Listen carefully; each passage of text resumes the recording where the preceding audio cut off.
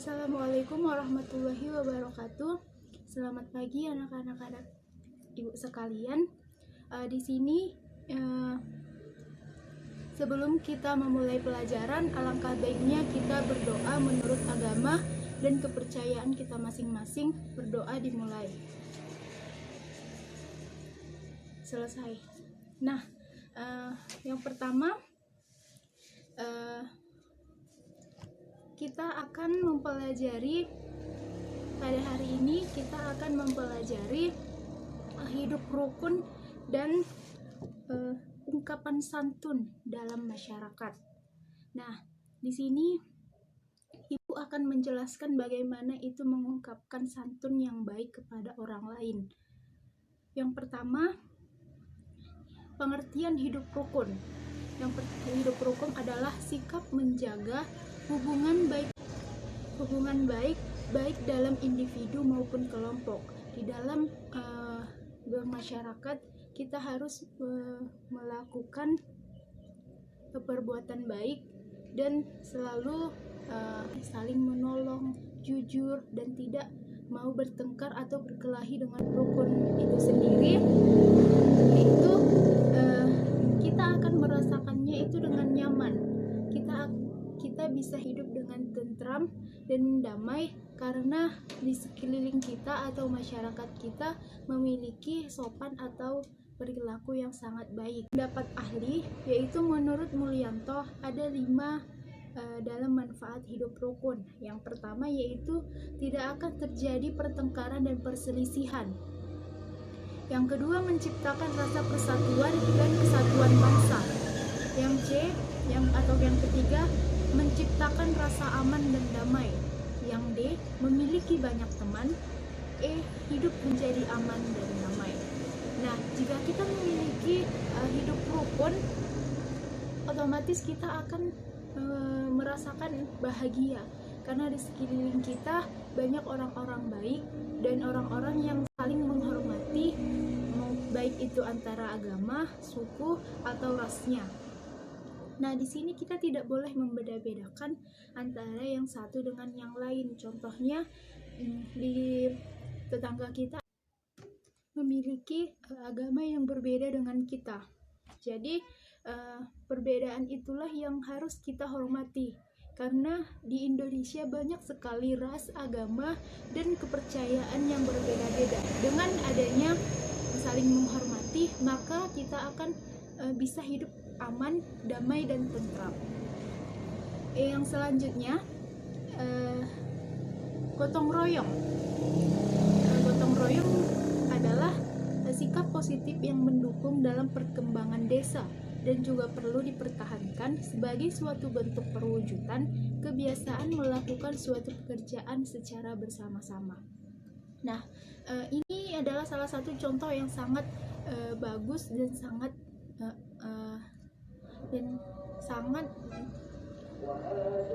bagus, dan ini harus dilakukan pada setiap desa ataupun di dalam. Nah, dalam bergotong royong ini sangat banyak sekali manfaatnya yang dapat kita ambil, yaitu seperti adanya saling menghormati, saling jujur, saling tolong menolong. Adanya saling royong ini, kita juga akan merasakan lingkungan kita akan menjadi bersih, aman, dan tentram. Dan dengan adanya lingkungan yang bersih, maka semua masyarakat ataupun di lingkungan kita akan merasakan bahagia dan selalu ada rasa kekeluargaannya. Nah, yang berikutnya yaitu yang tidak hanya ada pada kepentingan diri sendiri, tetapi juga ada kepentingan terhadap orang lain. Karena gotong royong ini bukan hanya di lingkungan atau rumah kita saja yang kita bersihkan, tetapi kita akan pergi ke lapangan ataupun ke wilayah tetangga. Karena namanya yang gotong royong berarti semuanya harus dibersihkan, bukan hanya rumah ataupun sekeliling di rumah kita. Nah, contohnya bisa di lapangan, bisa di masjid, tempat-tempat umum yang banyak atau yang banyak orang singgahi atau tempati. Oke, yang selanjutnya yaitu penerapan hidup rukun dengan bergotong royong di sekolah. Nah, setiap hari para siswa dan siswi selalu melakukan kewajibannya, yaitu membersihkan kelas atau membersihkan pekarangan sekolah.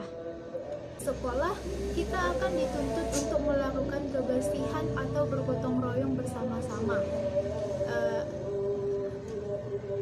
Khususnya yaitu pada hari Sabtu, yaitu itu bisa dilakukan gotong royong bersama, yaitu dengan membersihkan seluruh kelas atau seluruh pekarangan sekolah, baik itu lapangan, perpustakaan, ruangan guru atau ruangan kepala sekolah. Nah, tetapi sebelum melakukan kebersihan ataupun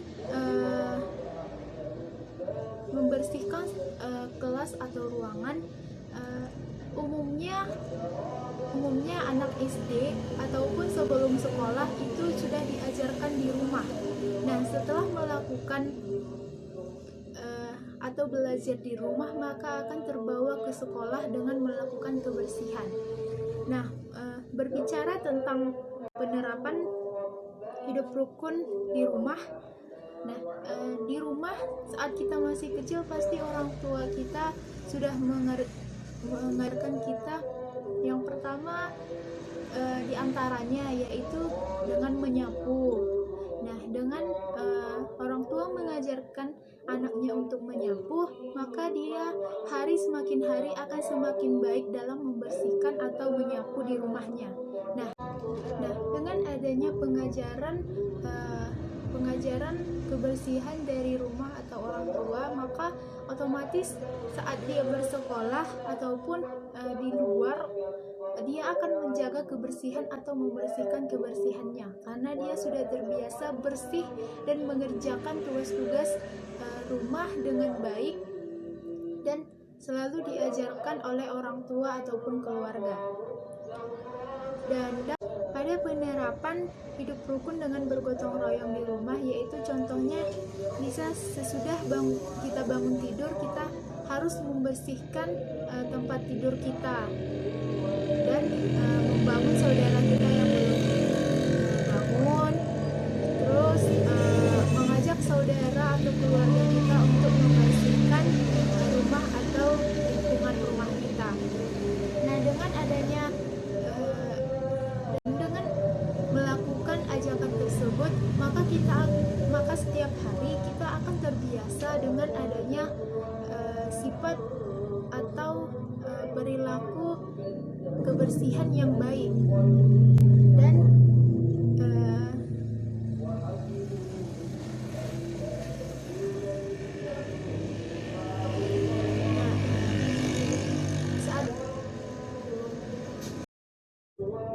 saat kita mengajak keluarga untuk bergotong royong atau membersihkan rumah, nah di situ akan adanya saling tolong menolong atau saling menghargai. Nah, manfaat lainnya juga sangat banyak, karena dengan adanya kita bekerja sama dengan orang tua, pekerjaan menjadi cepat selesai dan menjadi lebih bersih dan nyaman. Nah, untuk kesimpulan pelajaran kita hari ini, hidup rukun adalah sikap menjaga hubungan baik antara individu ataupun kelompok. Dengan adanya hidup rukun ini, banyak orang akan, dan dengan melakukan gotong royong, maka kita